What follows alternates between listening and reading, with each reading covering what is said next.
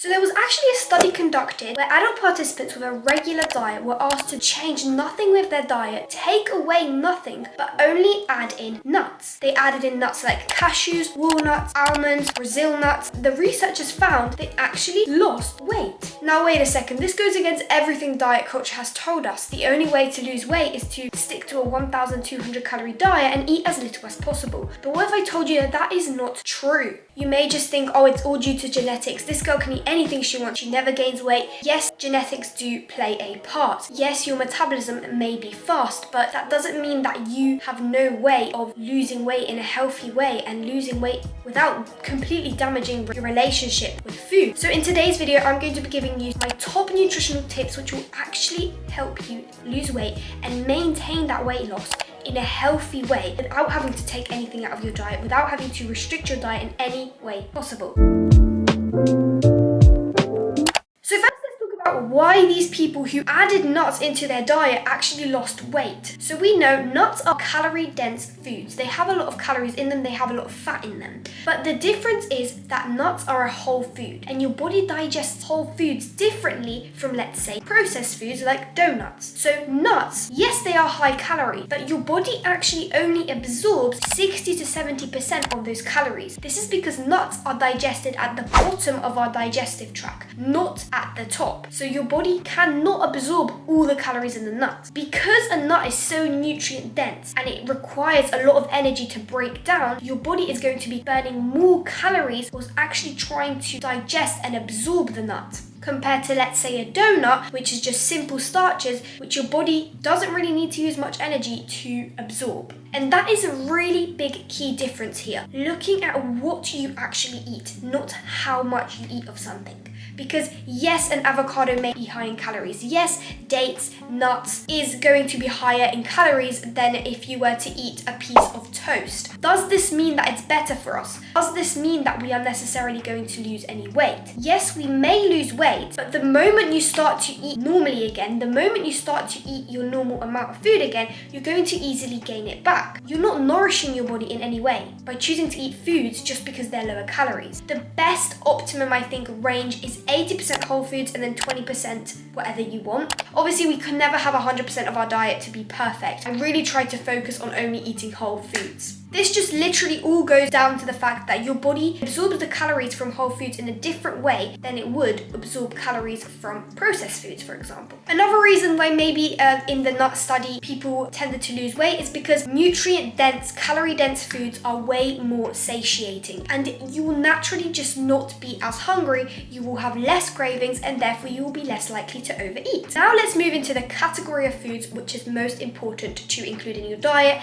and that is protein. Protein is so important. Your body uses up the most energy when digesting protein. So again, you're going to be using up more energy, you're going to be using up more calories when trying to digest and absorb protein. As well as this, protein is really satiating, so it's going to make you less likely to overeat. And also, protein is just vital for our body to be able to function optimally. It helps with muscle recovery, it helps with maintaining bone density, it helps in getting you naturally toned. Just by eating protein, you are going to be storing that food in different ways than, let's say, carbs and fat is stored. So literally just by focusing on increasing your protein intake, you can get more toned and you can get more lean. And we should be aiming to eat about 0.8 grams per kilogram of body mass, which is a good way to start and a good place to aim for when you're trying to increase your protein intake. Now, my next tip is a little bit of a controversial one, and it has to be taken with a grain of salt, but it's intermittent fasting. Now, there have been loads of studies which show the benefits of intermittent fasting. It allows our body to fully detox, to fully digest our food. It helps with better absorption. It helps in reducing chronic illnesses. But the problem is these studies were conducted on men. Yes, it is beneficial for women to fast as well. I really recommend taking these longer breaks between eating and between meals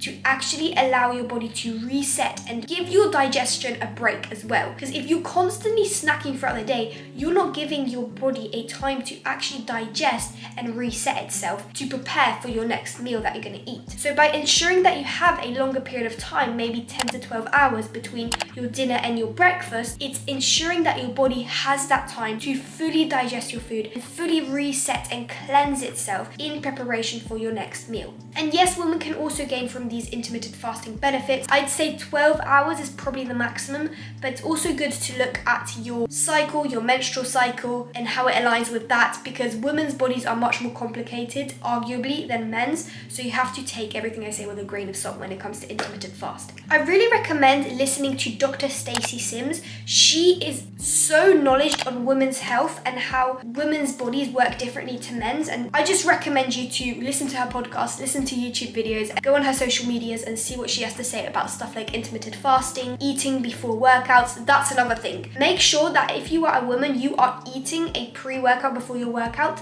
because otherwise you are going to be spiking your cortisol to a level that is really unhealthy. Not only is you fasting putting stress on your body, but also you then going to do a high intensity workout at the gym is putting even more stress on your body, and you're making your cortisol go up to really unhealthy levels. And there are loads of negative impacts and influences that could happen to your body from really high levels of cortisol. Dr. Stacey Sims recommends to eat at least 15 grams of protein and about 15 grams of carbs before your workout. So my next thing is you are going to have to exercise. Let's be honest. Exercise is not only good for losing weight though, exercise is so good for optimum brain function, for optimum body function. You do not want to be tied to your bed and not be able to move when you are older because you didn't move your body enough and you were too sedentary. Don't associate exercising with doing it, just because you want to lose weight. Associate it with, I'm going to exercise because it's going to make me feel good. I'm going to feel so good. I'm going to feel so motivated, feel better. I'm going to look better. I'm going to think better. So associate exercise with positive feelings rather than what you look like and what it's going to help you look like. Focus on doing a little and often consistently rather than a lot. Even trying to get at least 20 to 30 minutes of working out and some kind of movement, some kind of exercise every single day, that's going to compound much more significantly over time. This can be anything from going on a run, going for a walk, doing Pilates, weight training. Weight training is honestly really important for your health, as well as running, but things like that are quite high intensity, so you can stick to doing running, weight training 2 to 3 times a week. But focusing on doing something every single day, like a low intensity Pilates, walk, jog, it's what's going to give you the results much quicker if you are consistent with it. My next thing is drinking water. Drinking water is so important if it is going to help you. Genuinely invest in a massive water bottle. I got this water bottle for Christmas and oh my gosh, I love my Stanley so much, and it makes me drink so much water. But the reason why it's important to drink water is because many people tend to literally forget about water and say, it's okay, I drink loads of like fizzy drinks and soda throughout the day and I drink coffee, but that doesn't have the same effect as water. Water is so beneficial in itself, because not only does water have all these different minerals within it which your body needs to be able to survive, it also helps with flushing out your system and actually allowing your body again to detox. And it's just the best thing to have even in between meals, because you're allowing your body to flush out everything and you're actually kind of filtering your body in a way. So yeah, drink your water. And my last thing is, again, could be a little bit controversial, but it's the truth and it should be taken into account and into consideration if you really want to take your health seriously and lose weight and maintain that. It's an elimination diet. Yes, I said that adding things into your diet is more important than taking them out, but arguably if you have inflammation within your body, it's going to be really difficult for you to be able to lose weight, because it might not even be weight that your body is holding on to, but literal inflammation that is making you look like you are unhealthy or